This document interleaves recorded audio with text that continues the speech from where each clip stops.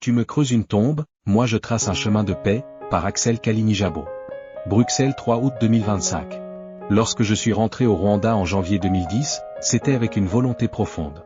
Contribuer à la reconstruction de notre nation meurtrie, main dans la main avec mes concitoyens. Mon rêve était simple mais ambitieux. Bâtir un Rwanda fondé sur la liberté d'expression, l'égalité des droits et la cohabitation pacifique des idées.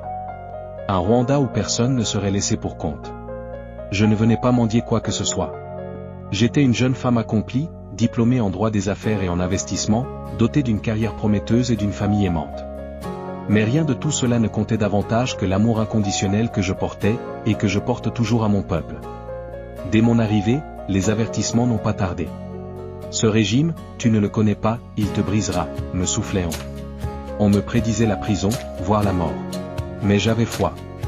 Foi en la puissance des idées, foi en un dialogue sincère, foi en la possibilité d'une démocratie véritable.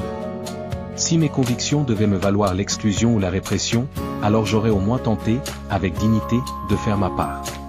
Le reste, je le laissais à l'histoire et aux générations futures. Hélas, les prophéties de mes détracteurs se sont réalisées. J'ai été persécuté, emprisonné, faussement accusé d'actes graves. On m'a associé à des groupes rebelles pour mieux justifier mon incarcération. Mais ce que mes bourreaux ignoraient, c'est qu'on peut briser un corps, mais jamais une pensée fondée sur la conscience et la vérité. Les idées, elles, ne se fusillent pas. Elles ne se bâillonnent pas. Ceux qui ont suivi mon engagement depuis cette date savent que je n'ai cessé de plaider pour un Rwanda plus juste, où les débats contradictoires ont leur place.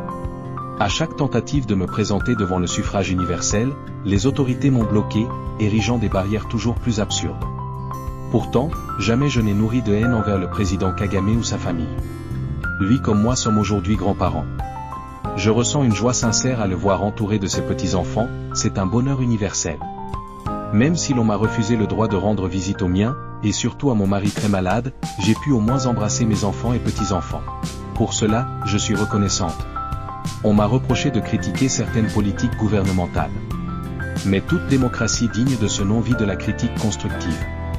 Je ne me suis jamais contenté de dénoncer, j'ai aussi salué les avancées. Dans un entretien accordé au Guardian en 2024, j'ai reconnu les efforts du président Kagame dans le développement économique du pays. J'ai simplement rappelé que ce progrès serait plus complet avec une ouverture réelle de l'espace politique. En 2018, j'ai été gracié. J'avais salué ce geste du chef de l'État, espérant qu'il marquerait le début d'un dialogue inclusif. Avec d'autres Rwandais, j'ai tenté de montrer que la stabilité régionale commence par un dialogue sincère au sein de nos propres frontières. Mais, récemment, la violence à mon égard a pris une nouvelle tournure. Les 6, 9 et 13 juillet 2024, le président Kagame m'a publiquement attaqué. Il a déclaré que nous n'atteindrions jamais rien avant de mourir. Il m'a traité de « petite femme d'un génocidaire » et m'a accusé de lien avec les fauteurs de troubles dans l'est de la RDC.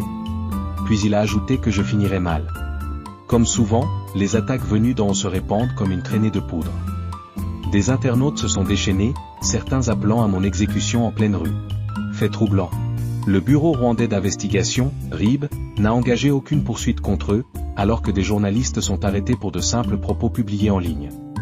Aujourd'hui, me voilà de nouveau incarcéré à la prison de Majrager, comme l'avait publiquement promis le président Kagame en septembre 2018, devant une assemblée de députés conquis. Cette fois-ci, l'on m'accuse d'avoir encouragé un groupe de personnes à lire un ouvrage consacré aux stratégies de résistance pacifique face aux régimes autoritaires. Une accusation dont l'absurdité ne masque pas la gravité. Tragiquement, cette situation ravive un précédent lourd de sens. Celui du chanteur et militant Kizito Mihigo. Lui et moi avons partagé la même prison, à la même époque. Son crime. Avoir composé une chanson prônant l'amour, le pardon et le respect égal de toutes les victimes du conflit rwandais, au-delà des appartenances ethniques. Comme moi, il avait bénéficié d'une grâce présidentielle. Mais peu après, il fut de nouveau arrêté et cette fois, il n'en est jamais ressorti vivant. Il a été retrouvé mort dans sa cellule de police, dans des circonstances jamais élucidées. Son message d'amour universel et de réconciliation aura suffi pour qu'il soit perçu comme une menace. Aujourd'hui, je sais que mon sort pourrait lui ressembler. Car dans le langage codé du FPR, il est commun d'affirmer qu'on ne réincarcère pas deux fois, manière cynique de dire que les anciens prisonniers n'ont pas droit à une seconde chance, ils disparaissent. C'est cette ombre qui plane désormais sur moi. Et pourtant, tant qu'il me reste un souffle de vie, je continuerai à porter ce message. À mes compatriotes du Rwanda, à nos voisins, à toutes les nations éprises de paix. Je n'ai pour toute arme que mes idées, et pour seule force que l'amour profond que je ressens pour le peuple rwandais. Je n'ai jamais tenu une arme, et je n'en tiendrai jamais. Mon engagement est celui de la paix, du respect mutuel, du dialogue et de la démocratie. Au président Kagame, je dis ceci. Tout ce que vous avez entrepris contre moi ne pourra jamais effacer l'amour sincère que je ressens, y compris pour vous. Je vous garde dans mes prières chaque jour, demandant à Dieu de vous éclairer, car je n'ai rien d'autre à offrir que cette espérance. Alors, même si vous me creusez une tombe, moi, je continuerai à paver un chemin de paix. Un chemin que fouleront, un jour, les Rwandais d'aujourd'hui et de demain. Axel Kalinijabo.